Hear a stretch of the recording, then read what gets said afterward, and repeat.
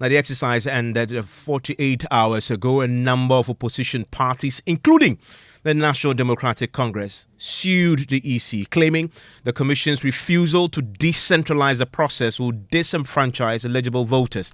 Well, today the EC called an inter-party advisory committee meeting with the parties. And I'll tell you pretty shortly whether or not the NDC represented in this particular meeting. Well, it is emerging that some of the parties, including critical civil society representatives in this particular IPAC meeting, all made a U-turn, endorsing the EC's work. Listen to Dr. Sribo Kweku. He is the EC's Director of Electoral Services. What I have here, we registered 910,996 voters. 900,000 plus people? Yes. Okay. Yes. Does that meet your target? Because you had a target of 700,000. Exactly. So you have answered the question. So normally, like I said that because registration is not composed in Ghana, if there are 10 people who are qualified to register, you don't expect all of them will register. Now the process has ended. Considering what you've just told us, what's your assessment of your ability? Because the main concern was you're going to disenfranchise people. It's going to far-flung, difficult to reach. People will have to commute there and they won't be, and so people will stay back and not register. What's your assessment now? Now we now know what the outcome is. What does the EC say to that criticism now? Well, you and I will know the figures. So if you look at the figures, you can draw your own conclusion whether the criticisms were justified. For us in the Electoral Commission, it is beyond our expectations. So we will say, and I mean, for now, when we met the parties and the rest, nobody complained. Today? Yes. In the IPAC meeting? Yes. None of the parties complained? None. Those who but the parties that were in IPAC, even without the NDC, some of them said what? Some are already in the court. But yes, when we met, to me, and I could call a lot of, I wouldn't be mentioning their names, they all agree that a good job has been done.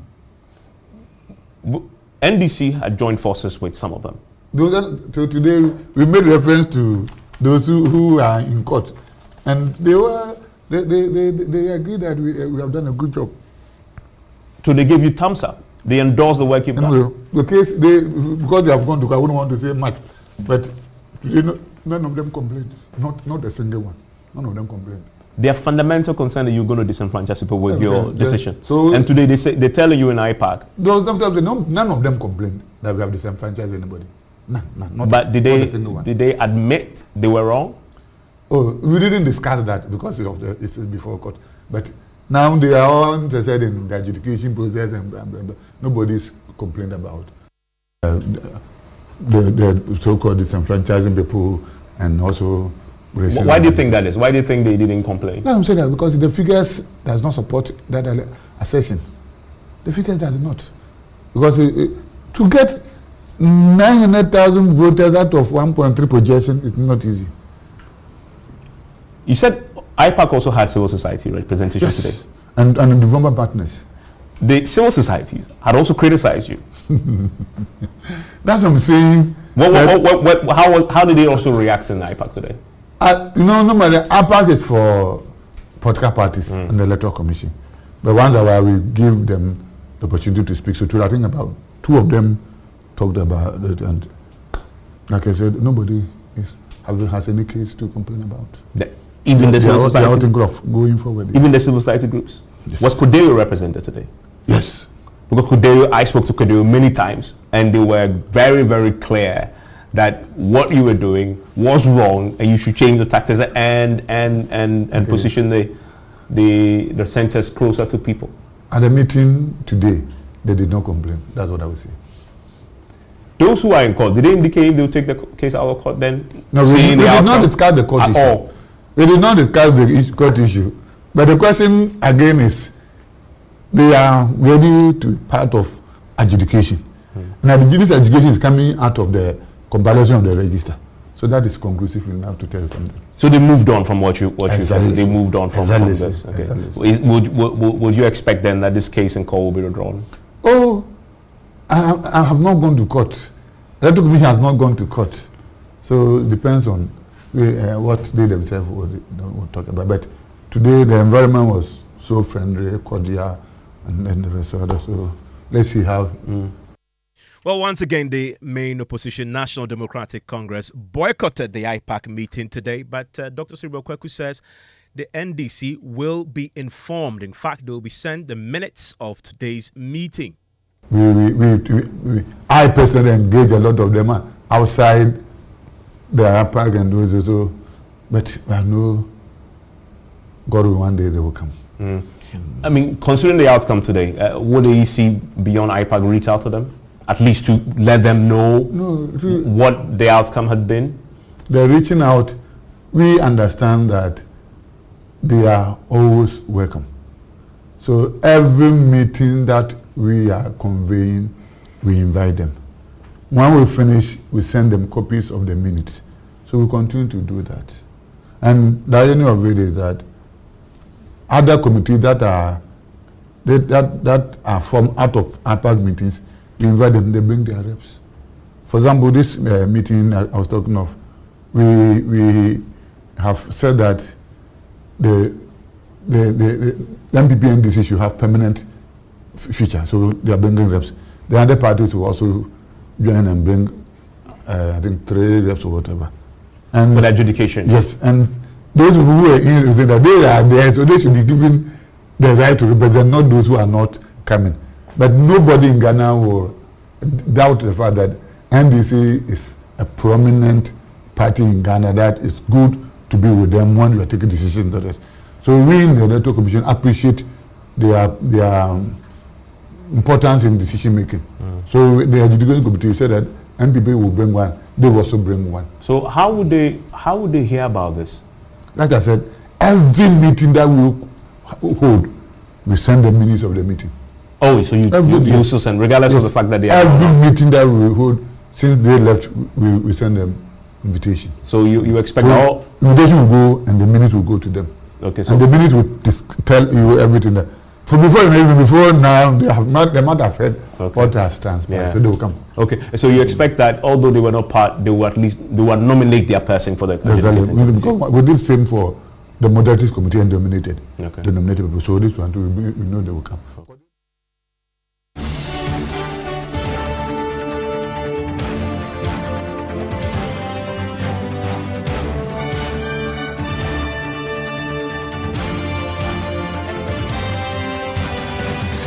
I want to bring in 2 of the political parties who joined the NDC to sue the Electoral Commission over this particular matter.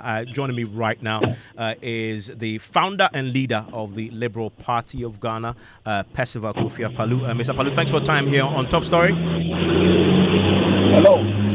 Great to have you. Also joining me is Osei Kofi Akwa. He's the national youth organizer of the CPP, and the party that also joined the NDC to sue the EC on this particular matter. Mr. Akpaloo, so today your representative was part of the political parties that met the EC today in this IPAC meeting.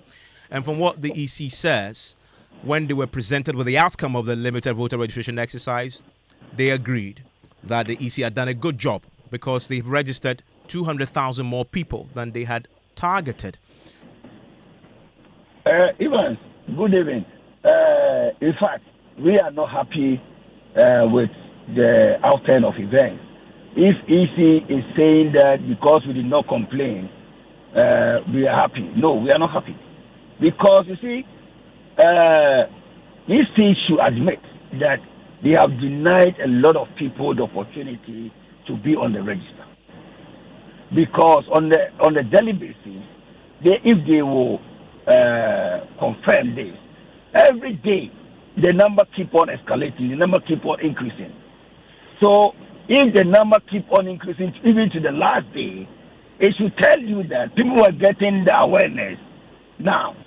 So many people have not been able to register, more than the number that have registered so far. Yeah, Mr. Akpaloo, you founded the party. You went to court. Your representative was in this meeting where the EC gave details of this, and you chose to say nothing. In fact, from what the EC said, it was very cordial. That silence is clearly an endorsement of the process, having seen the evidence. They targeted 700,000 people. they registered 900,000. Clearly, that's evidence that you can't fight with. You see, this one, you set your own questions and you mark. You understand? You set your own questions and then you mark yourself and say, you said you targeted 700,000, you'll be able to do 900,000, so you've done what? They've not done anything. They've not done anything. The EC should not be happy with this.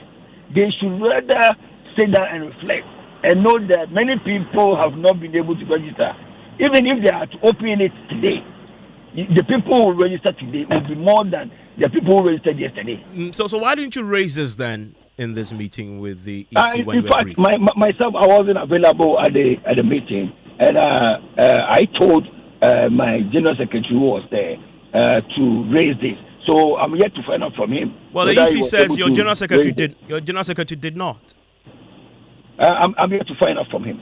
Well, and to quote Dr. Sribo Kweku, you realize that they've done a good job. You see, Dr. Sribo is a friend, and I don't want us to be arguing on this, but he knows very well that EC has a lot to do. There are so many people out there who need to be on the register, who are eager to register, but they were denied the opportunity to register. So many people, more than the people who have registered. There are so many people out there who are ready and eager to register, but they were not giving them the chance. So many people went there and they couldn't get their name on the register. They have to go home. So Dr. Koku should not say what he's saying. Yeah, also with me is Osei Kofi Akwa. He's a national youth organizer of the CPP, another of the four political parties, still in court, by the way. So, Ms. Akwa, you are in court with the EC, and yet today you have an opportunity when they told you the outcome of the registration to register that protest, and you did not. Good evening, Evans Mensah, and good evening to your listeners. First of all, let me protest the fact that you keep making the comment that the CPP joined the NDC to go to court. No. Political parties who were not in agreement with the proposal by Electoral Commission decided to go to court. And one of those political parties happened to be the NDC, and we, the CPP, as well. So it's not as if we are tied to the NDC because the NDC decided to take a decision. We decided to join the suit. No. We were individual political parties who were not happy with the decision of the Electoral Commission to hold that limited registration at the premises of their offices. And we decided to go to court, and the NDC was part of it. So it is a group of political parties who decided to go to court. So let's settle that. Let us also point out the inconsistency in the Electoral Commission's statement. One of the APAC meetings, they told us they were looking for to register 1.2 million people. That is doing the limited registration. Then at another time, they said they were looking for to register 1.5 million people. And so if they have registered 900,000 people, it is something to write home about. I wonder what they are beating their chest about. Because the target was 300,000. No, but that's what I'm saying, that the 200,000 is nothing to write home about. You were looking forward at one point in time to register 1.2 million people. Well, the EC explained today on the subject of the 1.5, they said 1.35 million people, was based on the original calculations, but that wasn't the target they set for themselves, based on the statistical service. So what informed that original position? What informed it? Well, they were categorical that it wasn't a target they set, that the real target they said was 700,000, that they had just done an analysis. The Electoral Commission is trying to find a way to as well paint a good picture. This is the point. The Convention People's Party were categorical. Look, most of the people you are trying to register who have just turned 18 years and above are mostly students. So the coalition of national youth organizers, which is the youth organizers of the APC, the CPP, the PNC, the GCPP, and the PPP, okay, told the Electoral Commission that looking forward to this limited registration you want to do, create what we call temporal polling stations. What it means is that, most of the students are in Lagos. Most of the students are in K University. Most of the students are in the training colleges and the nation training colleges and even the senior high schools. So what you do is that create a temporal polling station there where a person from, say, Kubungu, who who is a student at Legon can go and register. So what you do is that you take the person's bio data and everything. You take the fingerprints, that's the biometric and everything. But when it comes to giving the person the polling station code, you will find out from him or her where their parents or where they have been having their elections, the polling station they have been voting in Kumbungu. And so let's say I am in Legon. I'm from Kumbungu community, but my parents and my father and everybody have been voting at Kumbungu DAGSS. All right. So after my biometrics, after my biodata and everything, you give me a police station code at Kumbungu DAGSS where my parents have been voting, so that even though I may be on vacation during the 7th December elections, I can still cast my vote at Kumbungu DAGSS. Yeah, and committee did not set up temporary police stations at the universities, well, the at process, the technical universities and all those things, and they are bidding a test. Yeah, people have been disenfranchised. Yeah, Mr. Akwa, this is the reason why you went to court. You're claiming that people have been So disenfranchised. what I'm saying is that you claim that people have been disenfranchised. The EC says the numbers does not support that particular conclusion. I bet you were not in the IPAC meeting today yourself, were you? No, I wasn't. My national organizer was there. Okay. He briefed me about it. Now Yeah, I mean, you weren't there, but surprised that, according to the records and the Cerebral Kwaku's own sessions, that your representative who was in the meeting listened to the briefing, listened to the outcome, and in essence, from what Dr. Cerebral Kwaku says, there was an agreement that they've done a good job. Are you surprised that that is what the outcome was of this? Evans, I've spoken to my representative who was there. That is the national organizer of the CPP, Moses Yimambo Ambe. And these are his words. What Dr. Sibakoku told you is not the truth. That is not what my national organizer said. Okay, so my what national organizer challenged Dr. Bosman Asari that if they had listened to we, the CPP, and other political parties, and decentralized the whole thing to the electoral areas, created temporary polling stations like we suggested, they could have got more numbers, and that this job they have done is nothing but a waste of the taxpayers' money. These are the words of my national organizer. So I'm surprised Dr. Sibokweko is telling you that my national organizer applauded them for whatever they've done. They've done nothing. Okay, stay with me. I quickly want to bring in another man who was in this particular IPAC meeting today. He is the national coordinator of the Coalition of Domestic Election Observers, Mr. Albert Kofi Aheng. Mr. Aheng, you were in this meeting. What's your own... what happened in this meeting? If you listen to Cerebral Kwaku, it's very, very clear that all of you, including civil society reps, when this was presented, nobody made any comment on this, and the silent conclusion was, good job done. What happened? Yes, even from my point of view, I think I was amazed at the fact that, people agreed to the fact that, yes, it was a success. But you see, I was worried, and I wanted to see political parties get up to talk about the fact that for them, maybe they would not have gone that far. We didn't send people to the field, but I was listening to the radio, following it most of the time. And the impression, or what I heard and saw on most of the televisions, was the fact that the political parties were hiring vehicles, busing people from all over to go to these district centers to go and to go and register. And I was amazed that, with all these problems that they had, and at a point in time, they were even buying food and giving them transportation, because sometimes the people get to these registration centers, they are not able to register, and they have to sleep and come back the following day. So they were bearing all these costs. And I was amazed that nobody was able to say anything about this, and rather acquiesced that, this thing went on well. And when Mr. Kweku was talking, they were sitting there, and I was surprised. You see, yes, it may have gone on fine, but at the expense of the political parties, because they maneuvered, they tried, and they helped to bring these people to the center. And if you have been listening to Kodeo, we have been saying all along that create centers closer to these district offices. Maybe in a constituency, you may have about 4 satellite police stations or registration centers. And I particularly even mentioned the Afram Plains where people were to take a boat to come to Donkokro. You see, so I was expecting the parties to have actually enumerated some of the problems they went through. And you say that they did not. They did not. And you also say you were part of the meeting, that from what you observed, there was a tacit agreement that this was a success. Yes.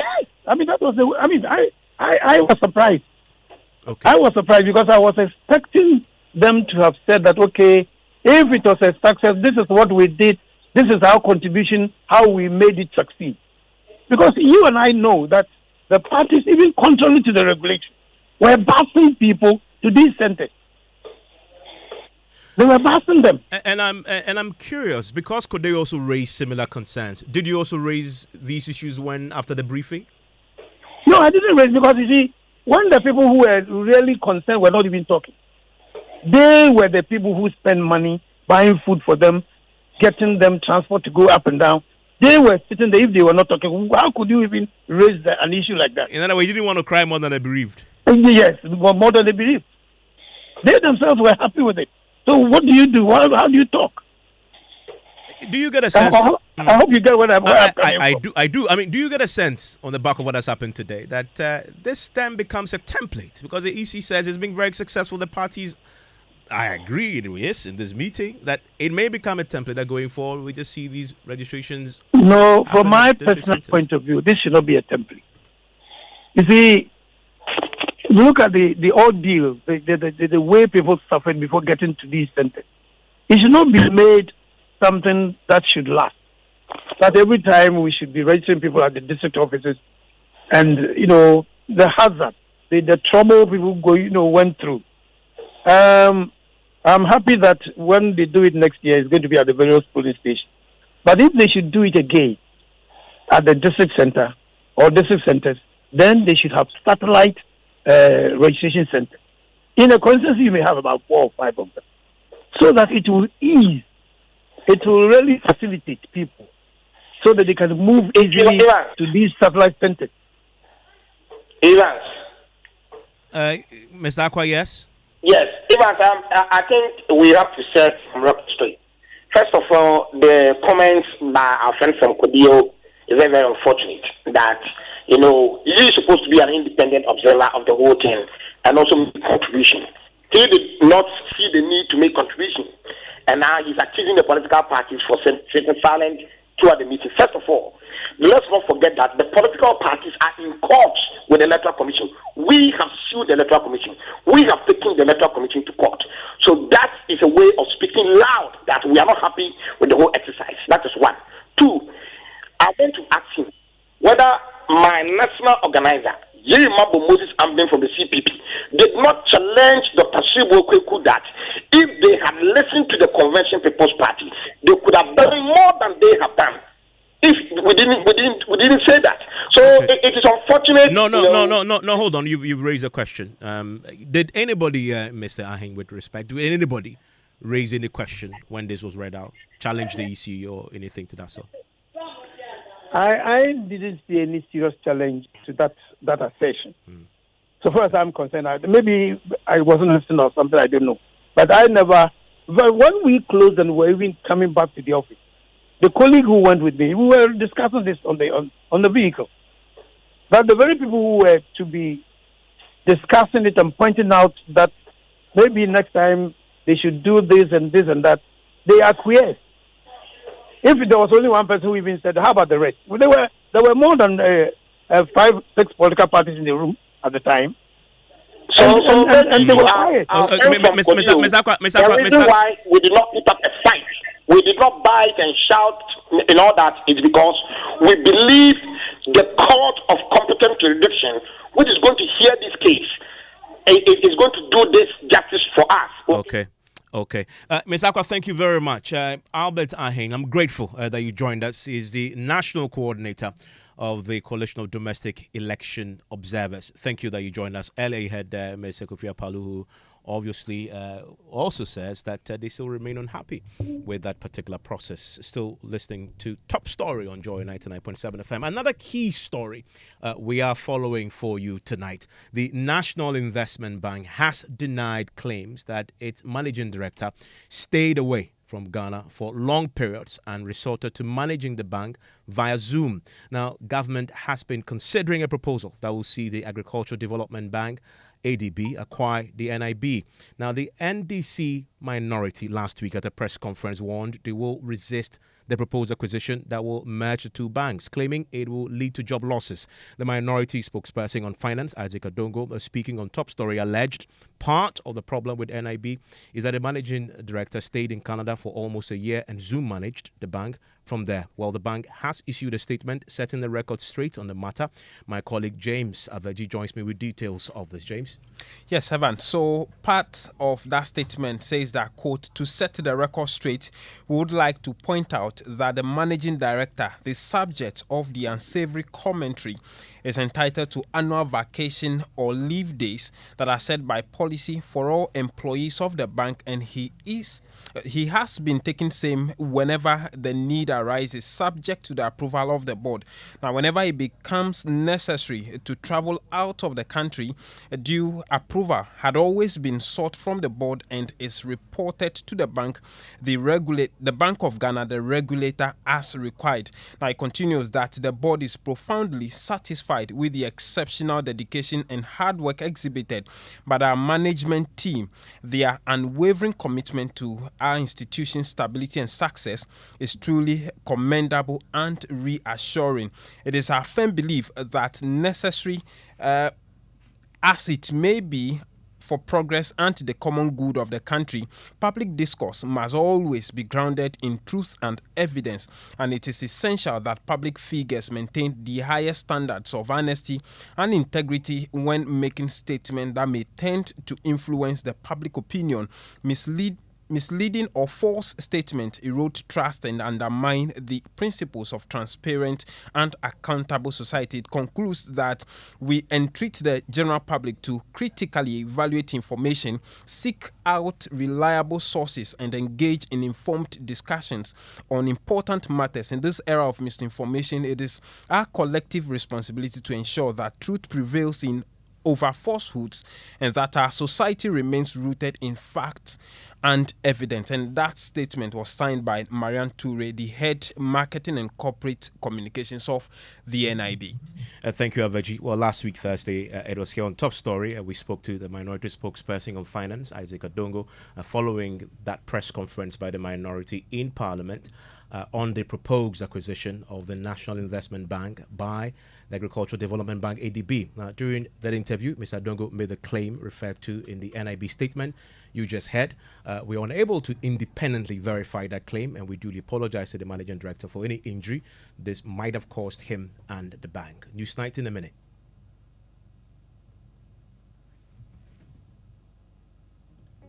Ajwa, the online page for the new business account was in shambles yesterday. We lost the page. Tell me about it. We started off very confident, and then the office broadband went down. When we set up the hotspot from the phone to reconnect, the data allocation also got finished. You are joking. I wish. The meeting room was hot. Kobe quickly tried calling them to give us some more time, but he had no airtime. Total chaos. They also gave us feedback that our website didn't have enough information. How can you run a business this way and hope to grow? Oh dear.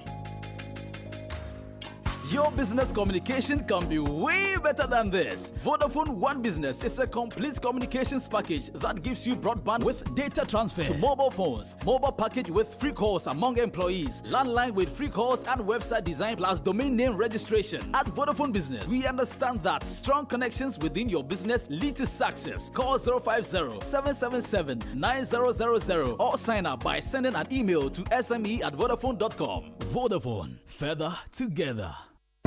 The Energy Commission, in collaboration with the Ministry of Energy and Ghana Education Service, is proud to announce the finals of the 4th edition of the Energy Commission Senior High School Renewable Energy Challenge under the theme Mechanized Small-Scale Agriculture Using Renewable Energy Technologies. Who wins the challenge? Will it be Ya Asantwa Girls and Fantiman Girls, Sugakope Senior High School, Kwabre Senior High School, Doma Senior High School, or Sewa Kese Girls? Join us on the 17th of of October 2023 at 9 a.m. at the Accra International Conference Center. To find out, the special guest of honor is Her Excellency Mrs. Samira Bawumia, Second Lady of the Republic of Ghana. The challenge is supported by GIZ, Ashesi University, GTV, French Development Agency, We Power Authority, Cosmos Energy Ghana, VRA, and Sunom Asogli Power Ghana Limited. Participation is free.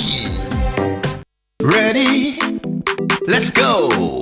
We all go bring some savannah. Everyone is dancing, everyone is singing, because everyone is painting with Savannah. Savannah paints from Azar are affordable enough for everybody to fulfill their paint needs. Paint more, pay less. Savannah paints, we all go paint some. We all go paint some savannah.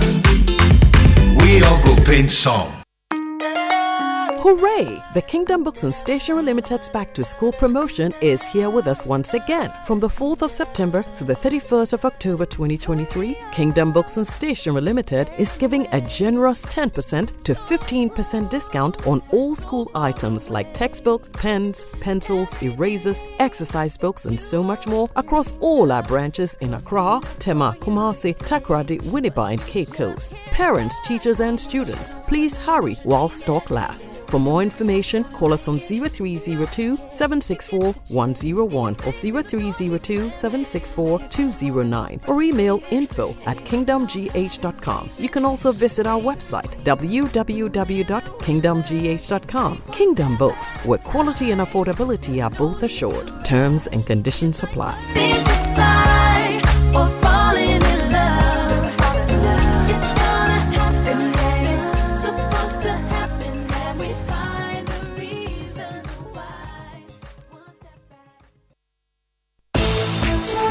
In the next 60 minutes here on Newsnight, just 6 hours after she was heard crying for help with her dialysis treatment as part of our Dialysis Crisis series, Joy News is learning 15-year-old Priscilla Sante has died.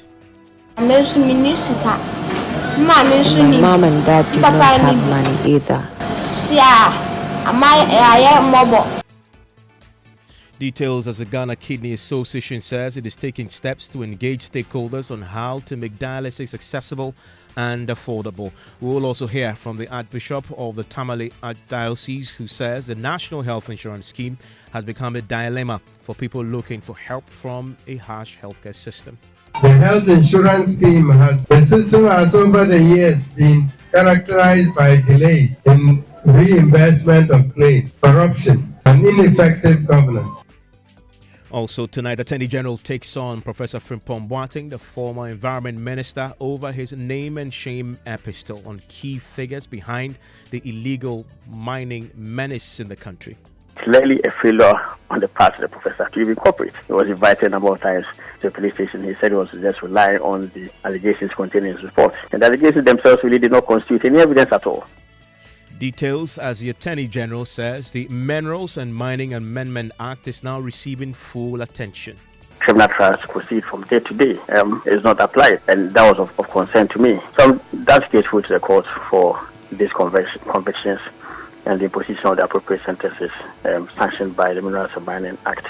We'll also hear from the Interior Minister, who says at least 25 illegal miners have been slapped with 340-year jail terms in business. Oil marketing companies yet to adjust prices at the pumps 4 clear days after deadline.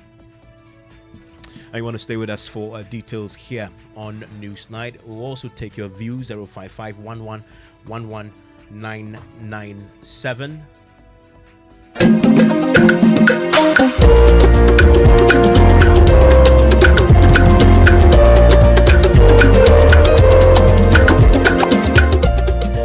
This is the place to be for everything National Science and Maths Quiz. Tonight, Ekwapema SHS aims for the grand finale of this year's competition after thrashing schools they described as cubicles in the regional qualification.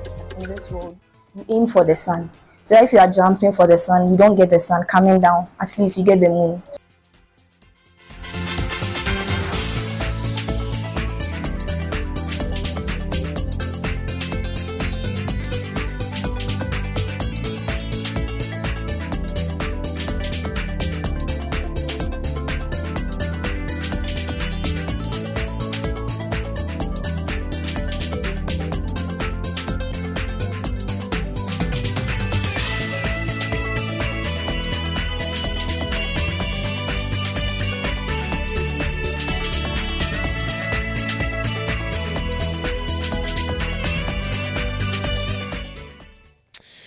And tonight, just 6 hours after she was heard crying for help with her dialysis treatment as part of our dialysis crisis series, Joy News is just learning 15-year-old Priscilla Sante has died.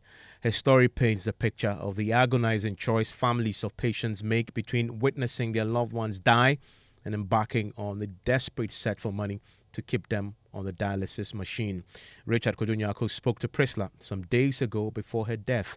In this report, Priscilla pleaded for support to pay for her dialysis session, but even before the help could arrive, she's dead. The humming sound of medical equipment here at the renal unit of the Cape Coast Teaching Hospital welcoming patients. It's a Tuesday morning and 15-year-old Priscilla Sante is being wheeled into the renal unit here. The doctors told me I have to be on a machine, and I have to be on that machine either twice or thrice a week. For now, she has to travel nearly 100 kilometers from Chifu Mampong with her mother to the Cape Coast Teaching Hospital every Tuesday and Thursday to have her dialysis session. And my mom and dad do not have money either.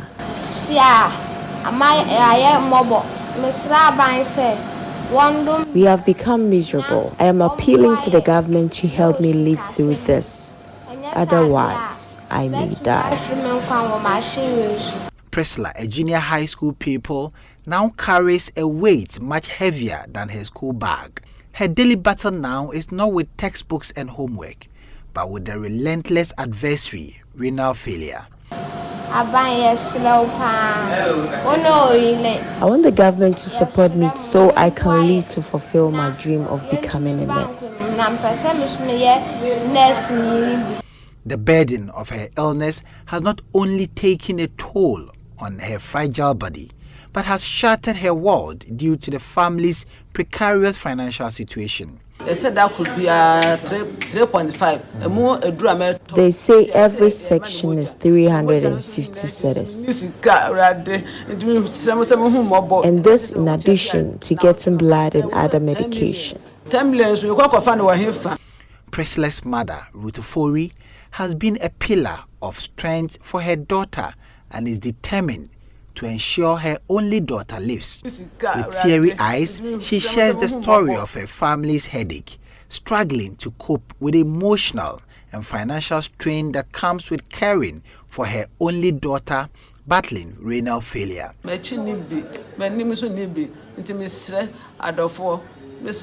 the doctors, if I keep on missing this section, I may lose my daughter. And I need the help of the government.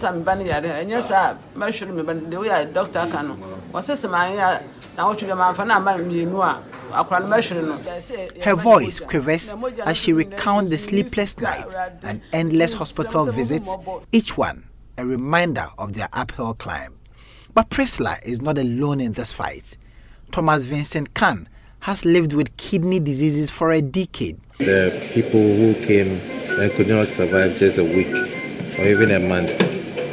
So for me to survive it all these 10 years, it's really been a tough one.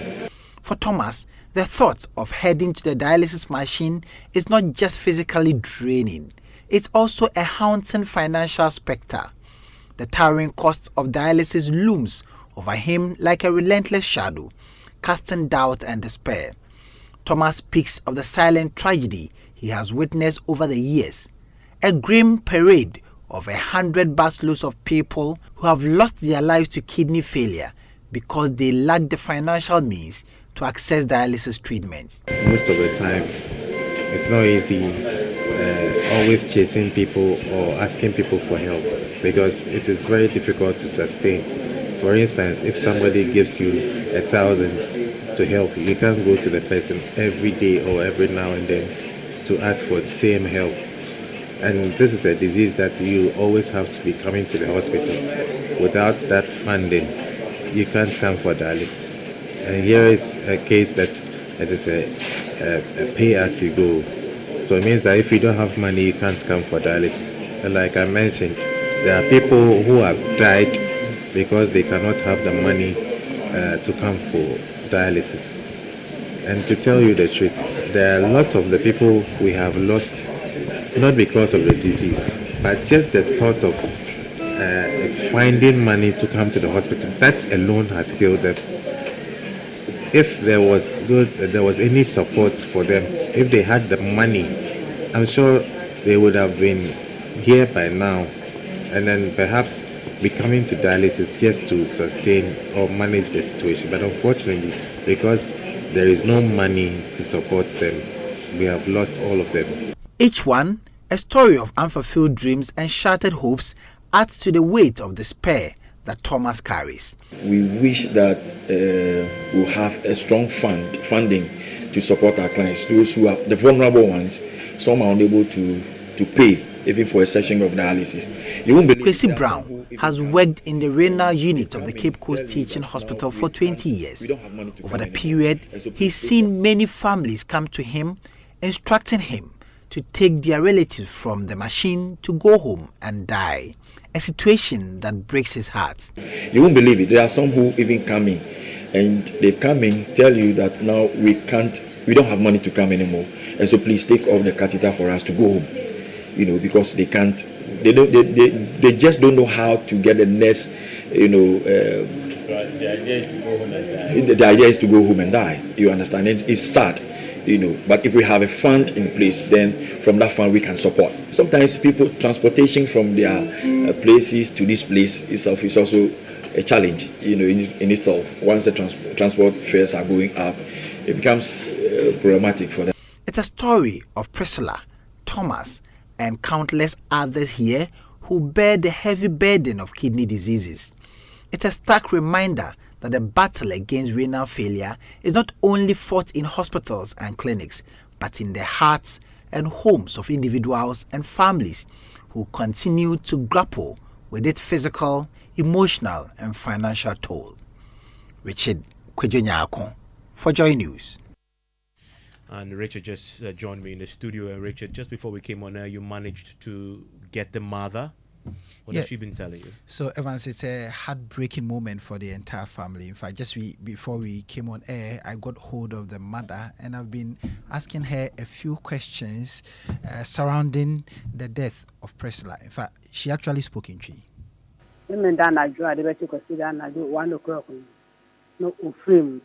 No, sit down. What did she really say was wrong with her? No, sit down, because I know. If I show into doctor, I know I said we couldn't I said. So the doctor said that the two kidneys were all not functioning. Nti busumi say na odi wo dialysis no so machine no so. If I show busumi dey say come here and start in there. Ne busumi na ne dey to asibie no so no. Academia. Academy Bobby. I can my Bobby papa. This year, young boy, a chamber your cocoon. Until you said, I cut 40 million as I send the cocoa to your and sana. Muddy body no. I dear my na, Yadiaba, I be saying young boy is fiada. Now we are dear Jumancasa. If I tell me, you may be a queer man and mayor. You could swan your Juma, also time, you for. You do understand. And so you be a cousin bear me. If you are no crampono, a car, and I'll be seeing a bar and your copper bois. I send me when I'm babitrian. You rampacho, and yes, Kakitua. You bonnet thing. Now what to be on Francis said, your copper was tearful, and a doctor year. A doctor said, now what to be a cable Dr. Moho in planning. In planning, so no. 3 days to 4 days, and 10 million. And where a draw a retro account and I watch them a book. I shall inquire, say, sir, a draw way and no person year. Ah, what can I'm a man saying, I TV. Now, I could be saying, a council demon. A car demon, remember me, not saying, I said, I think my about say.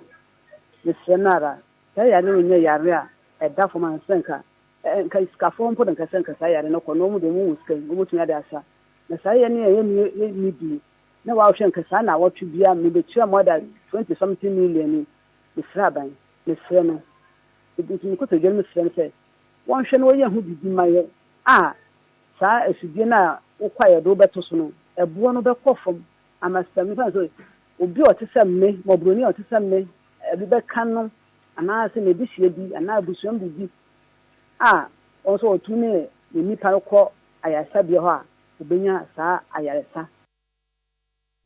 Okay, so that is Madam Ruth, the mother of Priscilla Asante. In fact, she was explaining how the child died. In fact, she said that she started bloating. In fact, we actually conducted the interview on Friday, and then the daughter died Sunday dawn at 1 a.m. So all that the mother said was that she saw her bloating by the minute, and then she actually gave up. In fact, she's been appealing to government to do something about it, because she said that had the doctor survived, then it means that every week she would have to look for 1,000 Ghana cedis in order to enable the daughter stay on the dialysis machine. And so that is an urgent appeal the mother of Priscilla Asante is making to government and corporate Ghana. Thank you very much, Richard Koyonyako. I want to bring in Francis Ampon. And Francis Ampon is the headmaster at the Mampon Catholic A Basic School, where Priscilla was a pupil, and he joins us on the telephone line right now. Francis, this must be pretty difficult for yourself and the entire school. Oh, it's not easy, my friend. It's not easy. It was the last academic year. They were writing the third term exams, and we noticed that it was unusual changes in her body. So the chef coordinator in my school complained to me, and I told him to take the child to the house so that the mother can take the child to hospital. And when he came back, he complained that the mother is saying he's not having money. So we went to see the father, and they took the child to Pastor Government Hospital. And later, the child was sent to Cape Coast Teaching Hospital. And later, we did a follow-up to see her condition. And the condition too was not all that good. So during the vacation, sometimes you have to call and find out how she is faring. So it was this Sunday, 1st October, in the evening, that the mother called me that the child has died. And what kind of student was she, Priscilla? Oh, she was very good in academics. The subject that she liked very much is science and mathematics. So she's very good, and also she also participates in sporting activities in the school. And she's friendly. She makes free with her colleagues all the time. She's punctual, respectful, and very calm. So it is a blow to Mampon Catholic A and the entire teachers.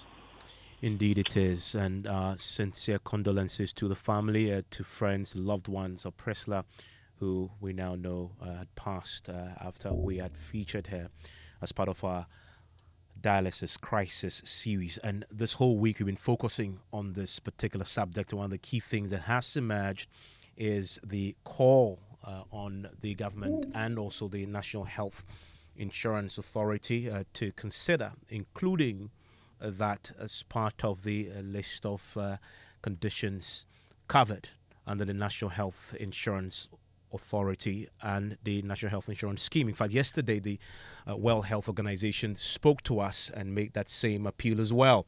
Today we've been hearing from the Archbishop of the Tamale Archdiocese, Philip Name. It's called for a national dialogue on the state of the National Health Insurance Scheme. The St. Lucie Hospital, a Catholic hospital, was started as a mobile health outreach by the Sisters of Mary Immaculate to some communities in the Tamale metropolis, but was later converted to a polyclinic in 2008 and recently attained the status of a primary hospital. Speaking at the 15th anniversary celebration, the Archbishop of the Tamale Archdiocese, Philip Name, said the NHIS has over the years been characterized with challenges including corruption.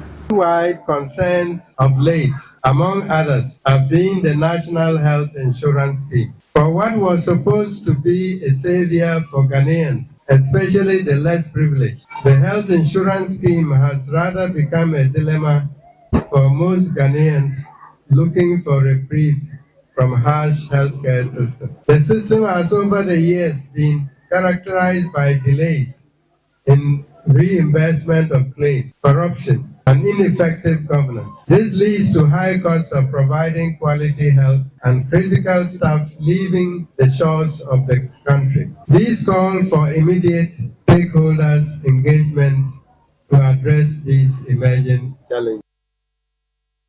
Maxwell Roaba is in the studio with me because tonight, Maxwell, the Ghana Kidney Association, they have issued a statement and they're taking steps to engage stakeholders on how to make dialysis accessible and affordable. Exactly, Evans. The Ghana Kidney Association is the professional body responsible for promotion of kidney health through education on prevention and treatment of kidney disorders in the country. They are saying that they've noticed with concern the issues with dialysis currently making the news. They say the association is taking steps to engage the stakeholders to make dialysis accessible and affordable to the general population. They say the outcome of such engagement would be made known to the public. In the meantime, the association is entreating the general public to live healthy to protect their kidneys by adhering to treatment of risk factors like hypertension, diabetes, and avoiding the abuse of painkillers and herbs. The statement concludes by saying that early reporting to hospital for all patients who have been diagnosed with kidney disease can slow down disease progression. Evans. And that's very important. As part of this this whole week's focus on dialysis is also a focus on what you can do to keep your kidneys healthy. Yeah. And a few of the tips there are very important to note. And tomorrow we'll have a bigger conversation on this from 5. You want to join us for that here on the Joy News channel, on television, of course, here on Joy 99.7 FM, and we want to focus on that bigger issue a bit more because that is the health-seeking habits of the Ghanaian and how gullible some people are to patronize untested and unapproved medicine. The World Health Organization recommends persons 40 years and above, including myself, by the way, undertake medical checkup 4 times a year. But data from the Ghana Health Service says it is only done once a year or not at all for most Ghanaians. Pharmacist and research fellow with the Center for Democratic Development, Ghana, Kwame Sapanasedu, says the trend is worrying. So we collect data on the average number of times a Ghanaian would visit a clinician in a year. As at 2021, which is the latest data the Ministry of Health has, our patient per capita, which is the number of times on average a Ghanaian would visit a health practitioner, was 1.13, which means the average Ghanaian seeks healthcare once a year. Wow. Once a year. Yeah. This is official government data. Ordinarily, it should be about 4, which means you would seek healthcare once every quarter. We do not have any data that tells us how many people see quacks, priests, fetishes, and traditional medicine. We don't have any data on it. Yet, all you need to do is to go to any of our markets or to bus stops and you see all these things being sold. So I'd say there is a cultural dimension also to our health-seeking behavior, and there is a regulatory dimension to it as well. Well, a nephrologist with the Konfanochi Teaching Hospital, Dr. Elliot Tenkrine Tano, says more people are dying from patronizing unapproved and untested medicines. where a young woman who actually was operating a shop, she was selling, and this gentleman passes by, of course, mentions all sort of conditions, which definitely will include one of the conditions this lady probably had. And, she bought the medication, and in 4 hours, she was admitted to Komfanochi Teaching Hospital. Wow. We got involved because there was something in the blood, which when the labs came, it was so low that she had so weak, and that was potassium. When people get kidney disease, their potassium actually goes up because the body cannot clear it from the body. Yeah. So I actually got intrigued that what did this gentleman sell to this patient for the potassium to drop that quickly in such a period of time? But the key thing was that I asked her, do you know this gentleman? I said, Doc, I've never seen him before. Do you know where his shop is? I don't know where his shop is. If we want to locate him to find out what he gave to you, can we? He said no.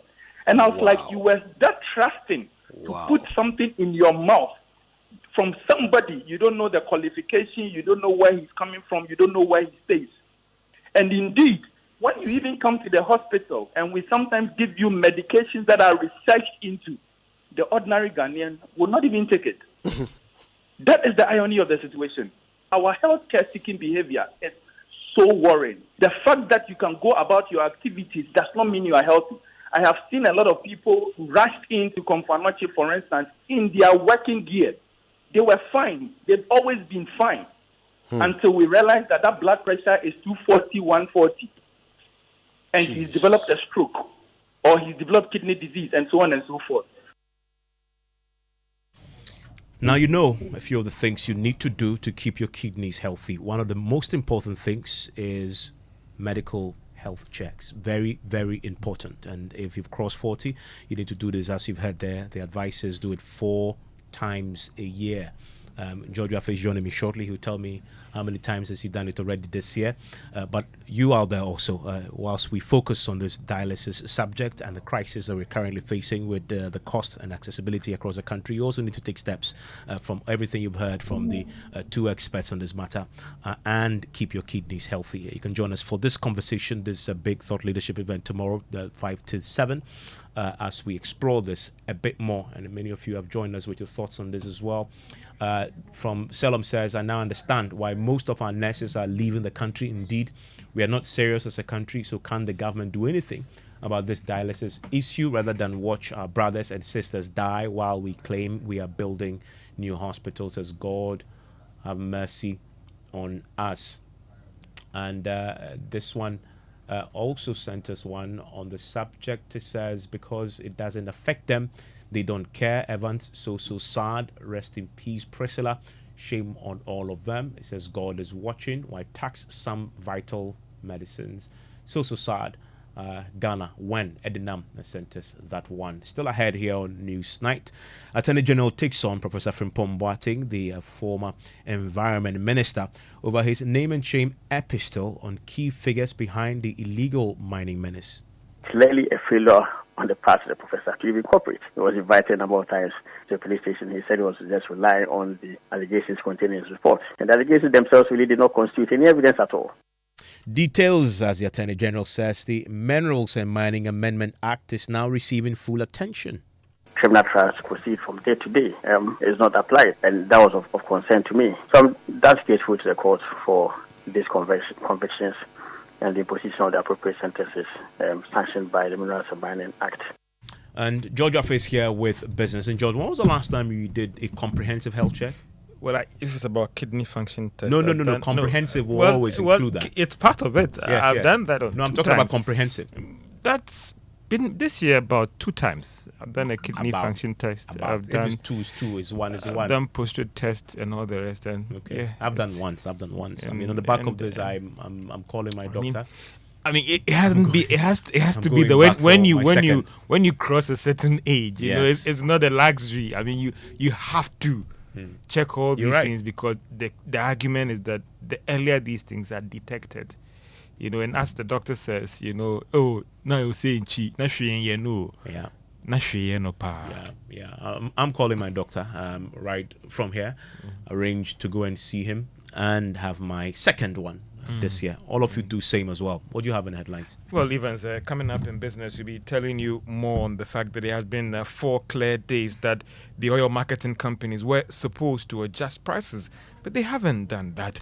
And Finance Minister Ken Ofori-Atta promises to ensure election-related expenditure does not derail ongoing economic recovery. The business news on Newsnight is brought to you by MTN Business. Welcome to the new world of business. Kingdom Books and Stationery and the Syntex Tanks, and also Pepsodent Charcoal and Herbal. Imagine strutting into the most anticipated wedding of the year, only to see 7 other girls wearing your exact same outfit. You are special and one of a kind, and that's why whether it's voice, data, or SMS, you get to enjoy personalized offers tailored to your specific needs with MTN Just For You. Dial *141# or select your options on the My MTN app to redeem your unique Just For You package on Ghana's best mobile network. MTN. The Driver and Vehicle Licensing Authority, DVLA, in partnership with the Ministry of Transport, presents the International Driver and Vehicle Innovations Conference 2023 IDVIC. The IDVIC 2023 will bring together renowned experts from across the globe to discuss and explore the emerging trends, regulations, and innovations in the road transport sector. The theme for this maiden conference is The Future of Road Transport. This conference will take place on the 10th of October 2023 at Kempinski Hotel, Gold Coast City, Accra. Time, 8:30 a.m.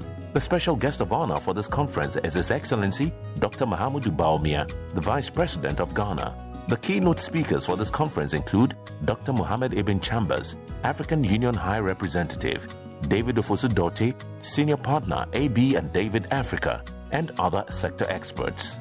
For registration, please visit us on idvic.dvla.gov.gh.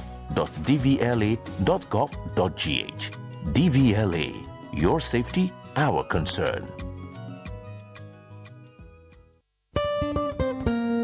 No matter your water needs, Syntex has it all. Syntex Tank was first to introduce double layer tank, and now you can have as many layers as you want. Syntex Tank was first to introduce white inner layer tanks in Ghana, and now introduces the customer specs order, which will let you order any color and size you want. Syntex Tanks gives you the biggest warranty of 7 years, which no other tank gives you. So whatever your water consumption, size of project, or demand, choose Syntex Tank. Syntex Tank, stress-free. Syntex Tank, reliable. Syntex Tank, maximum guarantee. Call 0244 335 168, Kumasi 0505 555 666, or visit syntexgh.com. Syntex Tank, a year strong, a year tough.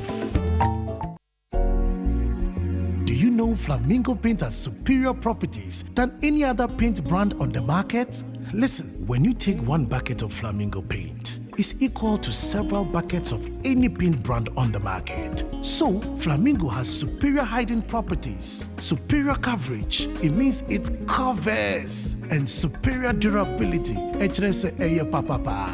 Flamingo Paint, superior hiding. Flamingo Paint, superior coverage. Flamingo Paint, superior durability. Flamingo Paint, simply superior.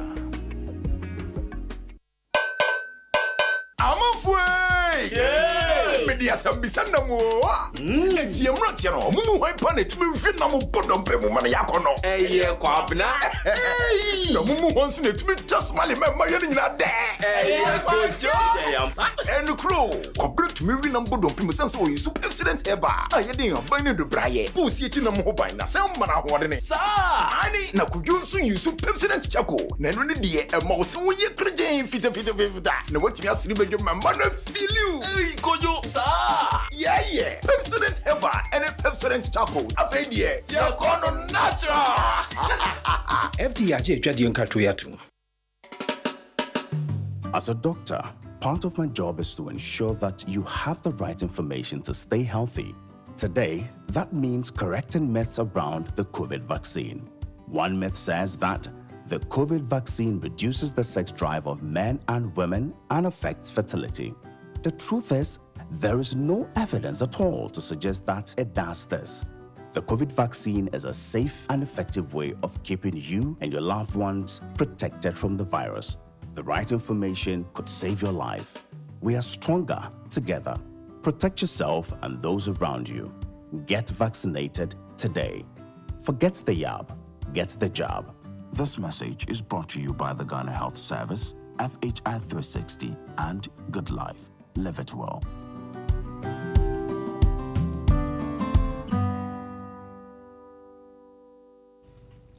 You're welcome back to Business on Newsnight. Now, oil marketing companies are yet to adjust prices at the pumps 4 clear days after the deadline. Now, prices of the various petroleum products should have been reviewed last Monday. However, Joy Business Check shows that most of the major oil marketing firms haven't changed prices. Now, prices should have witnessed some marginal spike, with diesel witnessing the biggest jump. But some of them have told Joy Business that they are still monitoring the market before they undertake any adjustments. It's not clear for now whether competition in the sector has influenced this move by most of the oil marketing companies. Let's still stay on the sector because most of the oil marketing companies are warning that product supply and jobs of local fuel transporters could be under invasion of these foreign nationals. Now, this follows news that Chinese nationals are now getting into the space to compete with indigenous. Now, Chief Executive of the Association of Oil Marketing Companies, Kweku Ajumandia, says the regulator of the industry must up its game to bring some sanity into the sector. Because this is when it lingers on. Obviously, what's going to happen is that we're going to lose our tanker drivers are going to lose their jobs, the tanker operators will not have their jobs in place. And we'll also be so much insecure in business with people we don't even know. Basically, we'll be out of business. There are a lot of the tanker drivers and the tanker owners will be out of business. They have been sustaining this industry for so many years. And I haven't heard anywhere, and I don't know unless I'm corrected, countries where foreigners hold their petroleum products. Remember, petroleum products are strategic issue. There's also security issue. So you don't really allow anybody from anywhere to just be doing that job. Kweku Ajumandia is the chief executive of the Association of Oil Marketing Companies, speaking about the invasion of the sector by some Chinese nationals when it comes to transportation of petroleum products on the local market. Now, Finance Minister Ken Ofori-Atta has given the firm assurance that everything will be done to ensure that ongoing recovery is not affected by election-related expenses that is next year. There is more in the following report. The finance minister noted that even though expenditure will be contained to ensure that it's in line with the budget, other very important projects and initiatives will not be stalled. He, for instance, noted that government's plan of providing economic freedom through human capital development would not be compromised. The finance minister disclosed this during a recent meeting at the UN General Assembly meeting on special development goals. There have been concerns that the recent gains will be derailed as we enter into the election year, but the finance minister is seeking to assure that this will not be the case in 2024. And that is a Business Desk report. Now, some analysts are casting doubts over proposals that increasing the pension age from the current 60 will help deal with threats of sustainability of the scheme. There are proposals that by some sector players planning to increase the pension age to deal with the sustainability concerns as well as the increased contribution. Abdullah Mashoud is the executive director of the African Center for Retirement Research and is one of those analysts that Joy Business has been engaging. The life expectancy in Ghana is 64.11 against the pensionable age of 60. This shows that the expected lifespan of a Ghanaian in retirement is just 4 years, a little over 4 years. This measurement, of course, is in agreement with the mortality experience of the SNIT scheme. You examine mortality data for the past 30 years, you will find that most Ghanaian pensioners die within 3 to 5 years after retirement. That is within the ages 63 to 65. And that simply means that increasing retirement age to 63 or 65 will only lead to people dying in service instead of on pension. And this has financial consequences. The effect of increasing the retirement age beyond 60 is that the scheme would pay even more in lump sum to survivors as opposed to pensions to life members. And that's all for business on Newsnight. Back to you, Evans. George Afe, thank you very much. And we are all heading to the hospital for a checkup. Very, very important. This is such a sad story about the 15-year-old girl losing her life. It's a heartbreaking story. And maybe time for corporate Ghana to step in while something is being done, in the interim, to try and deal with this problem. Maybe some philanthropists and all the rest should step in to help these persons. It was just yesterday after we played her story that I got a few calls from some philanthropists who wanted to assist her. Yeah. Just yesterday. Apparently, she was already gone. Evans, there's this funny perception that some persons who have this challenge might be due to some lifestyle. But listen, 15-year-old girl, that has nothing to do with a certain lifestyle. Yeah. It's a tragedy. Thank you very much, George. So live here on Newsnight is on Joy 99.7 FM. Now, tonight, Attorney General Godfrey Dame has been taking on the former chair of the government's Interministerial Committee on Illegal Mining, Professor Frimpong Boateng, over his report that named key government officials that were allegedly neck deep in illegal mining operations across the country. In a leaked 36-page report sent to the presidency, the former Minister of Environment, Science, Technology and Innovation named government officials, including his own committee members he claims frustrated his effort from addressing the canker. But Attorney General says they have been forced to conduct their own extensive investigations into the issue, as Professor Frimpong Boateng, he alleges, claimed to present evidence to back his report. Speaking with my colleague Benis Abubedu Lansa, Godfrey Dame said there wasn't much evidence even after many invitations to the former minister. A date was fixed for filing of what we call closing submission. Closing submissions have been duly filed and the court has fixed 12th October for judgment. There are allegations of some Ghanaian politicians, sponsoring mining in certain areas. Is your office willing to engage, for example, these galamseers who have been prosecuted? Are you willing to offer them a plea bargain, for example, to investigate further the possibility of finding any local sponsors of this menace? Yes, we go through the process of trying to identify the real persons behind the galamsey activities. But I think that's also important to indicate that evidence is critical and key. About some 6-7 months ago, we heard about this Professor Frimpong Boateng's allegations contained a report that they have prepared. Indeed, investigations were conducted on the basis of that. And very soon, our report on it will be ready, and I'm sure it will be released to the public to study. It will show clearly a failure on the part of the professor to even cooperate. He was invited a number of times to the police station. He said he was just relying on the allegations contained in his report. And the allegations themselves really did not constitute any evidence at all. I think that is the record to show.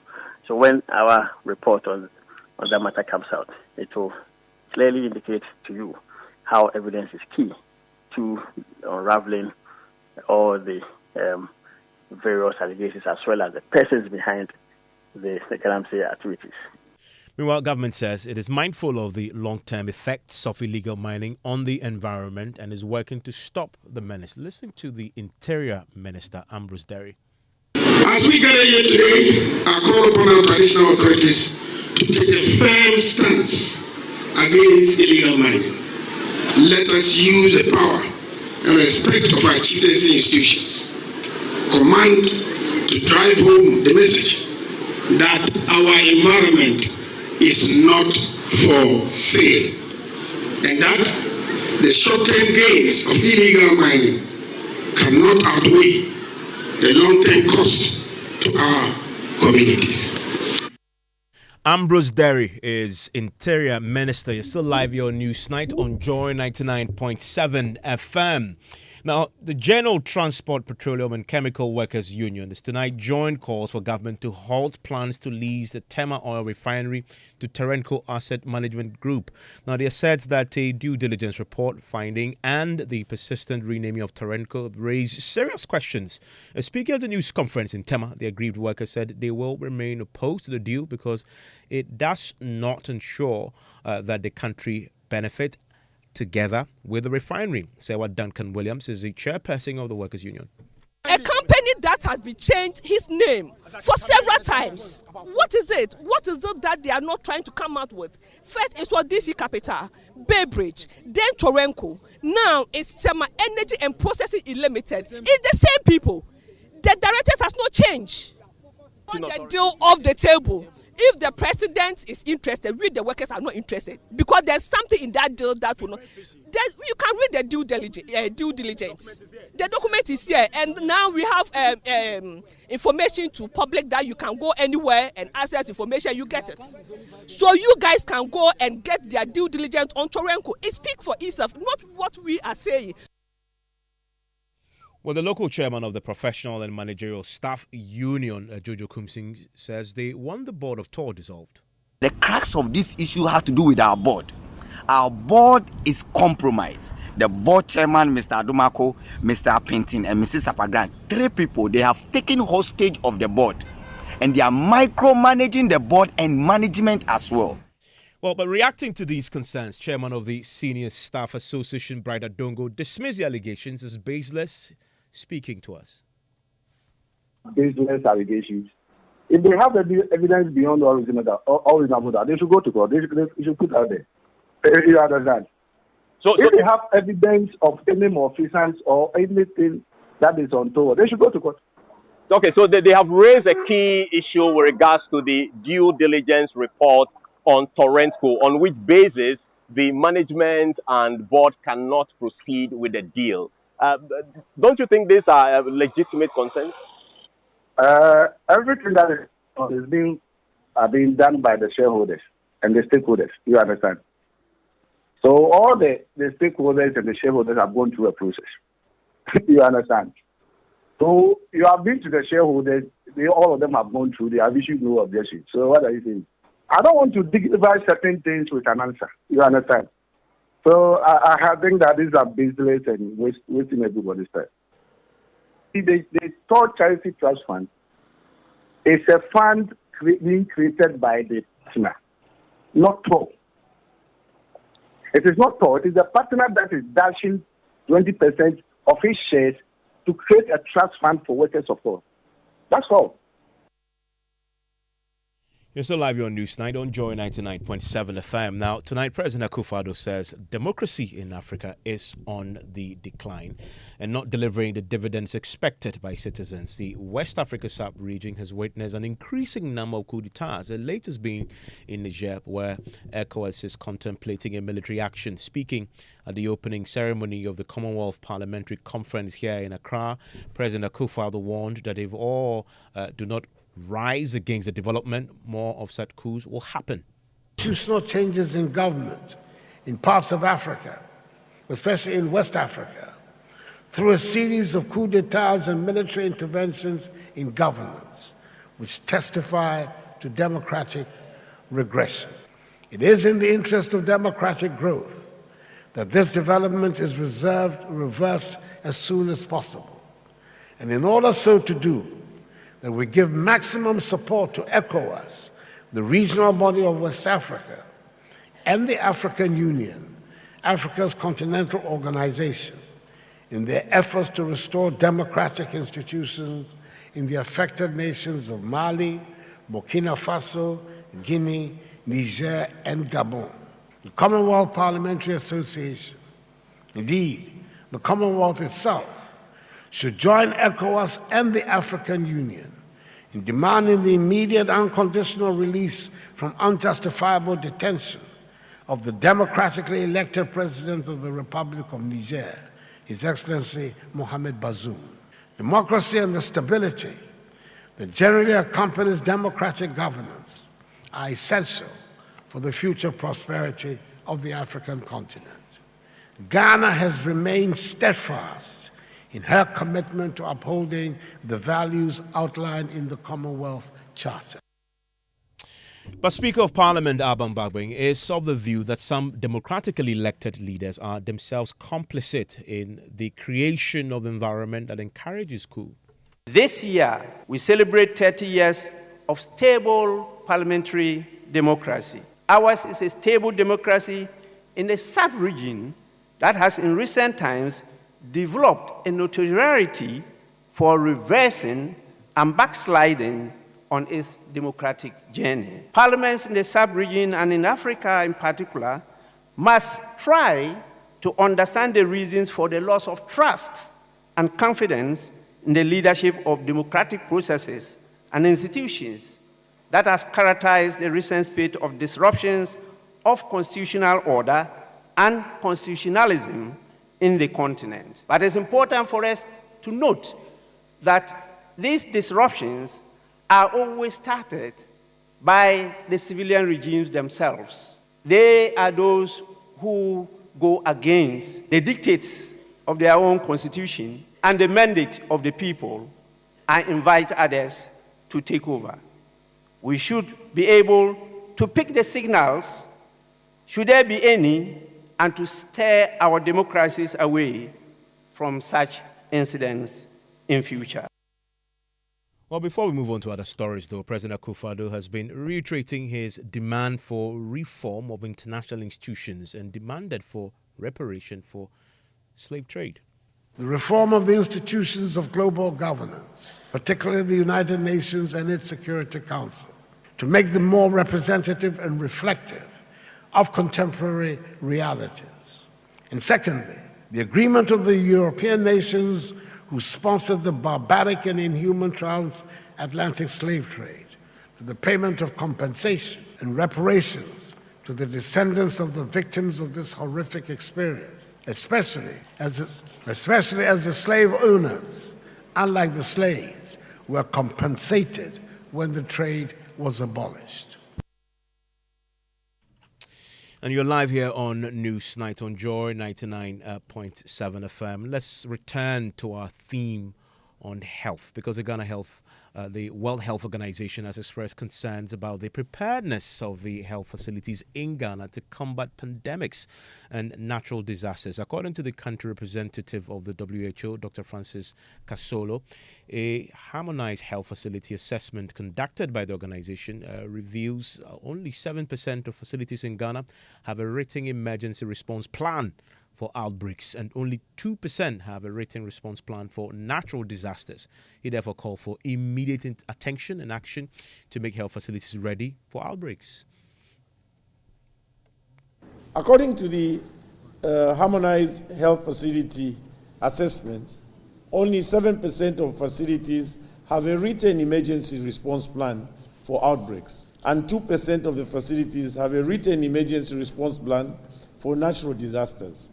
Additionally, while most facilities had staff trained in infection prevention and control and are designated infection prevention control focal persons, only 28% of the facilities assessed had guidelines on IPC and 7% had guidelines for isolation.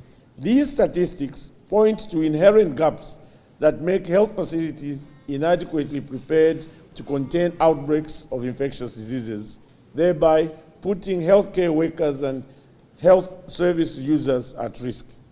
Infection prevention and control in health facilities continue to be a major gap that needs urgent attention and addressing. This is evident by a recent public health event where cases of Lassa fever were reported in one of our tertiary facilities, leading to several hospital-acquired infections amongst health workers.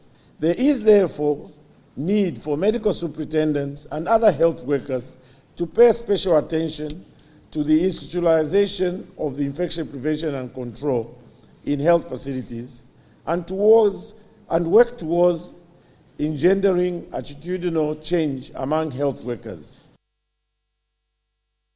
And that's the Ghana Health Service country rep there. A feeling, words cannot explain it. But seeing my Kofi Nita there, my Aaron Paul there, Kofi Fianco there, I knew they could do it because we're not meeting schools actually, we're meeting cubicles. Yes.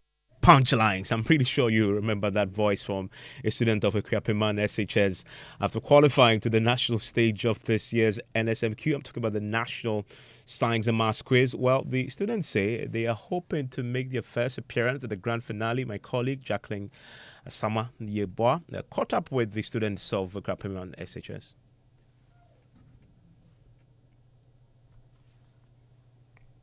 We'll get you that pretty shortly. In fact, Jacqueline himself will join us for a conversation on this very issue pretty soon. And I'm pretty sure many of you are looking forward to the NSMQ that is currently happening. And the schools have been competing very strongly on many fronts.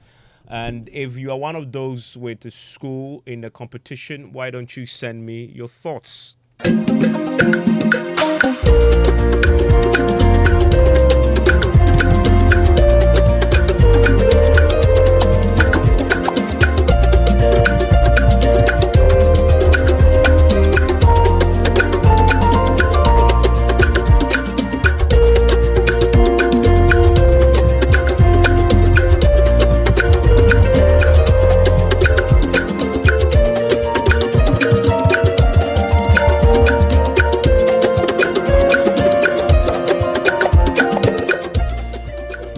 Joy 99.7 FM and Joy News is where you want to keep your dial for everything National Science and Maths Quiz. And Jacqueline is joining us right now. Jackie, yesterday when we spoke, the schools have arrived. Everything was set. I can guess that the atmosphere is pretty charged. Looking ahead to the first competition. Yeah, Evans. So most of the schools are here right now. We have almost 100 schools that have arrived today. And we're expecting more schools to arrive hopefully tomorrow. But the atmosphere here is very subtle this evening. But most of them are just preparing for the contest ahead that starts on Friday. You know the thing about National Science and Maths Quiz when the schools gather that I look forward to, the jama, the cheering, etc. Have you seen any of those? Yeah, so no, not really, but it's very solemn here. Most of them are just coming in with their anthems. But hopefully by Friday, we'll see that the atmosphere is quite charged up before the contest begins. And yourself, you have a school in a competition? Hello, Jackie. Hi, Evans. You have a school in a competition yourself? Not really. Not really. What is not really? You either have a school in there or you don't. Personally, I'm an old student of the Central Girls, so I'm hoping that they sail through this time around. So what is this about? Not really. I'm not sure. I mean, that tells us a lot that you don't expect anything from the Central Girls. But I do. St. Thomas Aquinas this year, we're winning. There's a certain lady joining us in the studio right now. And, of course, she went to the school. They pretend to be the best, but... If you want to mark them according to the National Science and Maths so Quiz, rich coming from you. If you want to mark them according to the National Science and Maths Quiz, they are nowhere to be found. They just struggle, possibly get to a final, and they always fall off. Hello, Nimwa. Hi, Evans. That's how a are fact, you? right? That's a statement of I'm good. How are you? I'm doing fantastic. I mean, yes, I'll accept that we haven't been to the finals yet. But I mean, the whole world. Oh, you haven't even been to the final? No, we haven't. We've been to the semi-finals. By the way, just remind me, what school is that again? I went to Wesley Girls High School. That's school. Yeah. And you haven't been to the final. But you know what? There were a lot of false prophets before Jesus came. Preach on, sister. So just relax for us. Oh. You know, when I was actually speaking, I had actually elevated your status a bit. I said, oh, you normally get to the final if I'm you correct, fall off. No, we haven't been to the finals. It's the semi-finals. Oh, and already the lynching has started. A few of your, mates and what they call wege, they're saying what? Old girls. One says, please respect yourself. Oh, but this one, I'm just stating facts here. I mean, it is what it is. We haven't been to the final, but we will at some point. It does not take away from the fact that we are by far the best girls' school in Ghana. Maybe after the second coming of Christ. By the way, what happened to you guys last time? We were in the competition. Yeah, you were in the competition. We participated. Let's move on. And what happened to you too the last time? Oh, we did quite well the last time. And what happened? We went further than you. That's all that matters in the context. Does that count for anything? It does in the context of this conversation. It doesn't. Absolutely not. You either win or you don't. Evans, you are eating into my time. Sorry. What are you talking about on this? So you know it's Breast Cancer Awareness Month. Of course I do. So usually we have conversations with the survivors. But this month we're having conversations with the survivors and their spouses. Because sickness really impacts the family. So we want to know how they navigated, how their marriages remained intact. You know, sickness is top 5 when it comes to causes of divorce all over the world. The truth is, to survive breast cancer, you have to bear a certain level of deformity. Yeah. And that then, of course, may take a toll on. Of course, I mean, even the relationship, process, the chemotherapy, the radiation. I mean, I'm sure that you don't have much of a sex life. Yeah. You're not really emotionally present. You're fighting for your life, and that must have some toll on. That whole thing you just said, it makes me pretty emotional. It makes you emotional. Yeah. So it's tough. So yeah, I'm looking forward to this. This is not your usual strong and sassy. No, it's not. I want to listen to it. It's not. Yeah, but we like to keep it real. So thank you so much, Evans. Off you go.